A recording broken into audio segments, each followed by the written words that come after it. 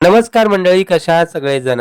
तर चला, आजचा दिवस संध्याकाळ कशी होती ते सांगतो. खरं तर आज वर्क फ्रॉम होम घेतल्यामुळे मी दिवसभर घरीच होतो. पण वर्क फ्रॉम होमचा उद्देशच मुळात घरी बसून आराम करणे हा असल्यामुळे दिवसभर कुठेही बाहेर पडलो नाही.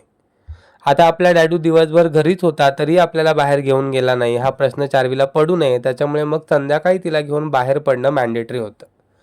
आता बाहेर पडल्यावर ठरल्याप्रमाणे सगळ्यात पहिला मी स्वामींच्या मंदिरातच जातो.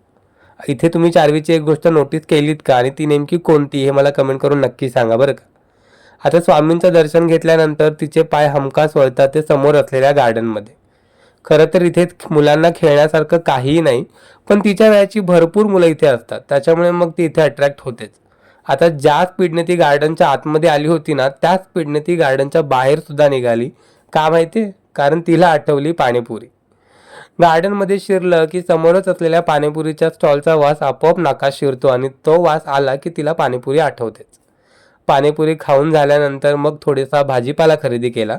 खरं तर या उन्हाळ्यात आहे ना, भाजी चपाती हे सगळं काही खाऊच वाटत नाही, त्याच्यामुळे मग प्रियंकाने मस्तपैकी संध्याकाळच्या जेवणामध्ये भजी, शेव्यांचा भात असा फक्कड बेत बनवला होता. तुम्हाला स्वयंपाकाचा कंटाळा आला की तुम्ही स्वयंपाकात संध्याकाळचं काय करता हे मला कमेंट करून नक्की सांगा बरं का. आणि आमचा आजचा बेत कसा वाटला हेही कमेंट करून सांगा. चला, भेटूया नेक्स्ट ब्लॉगमध्ये. Bye bye.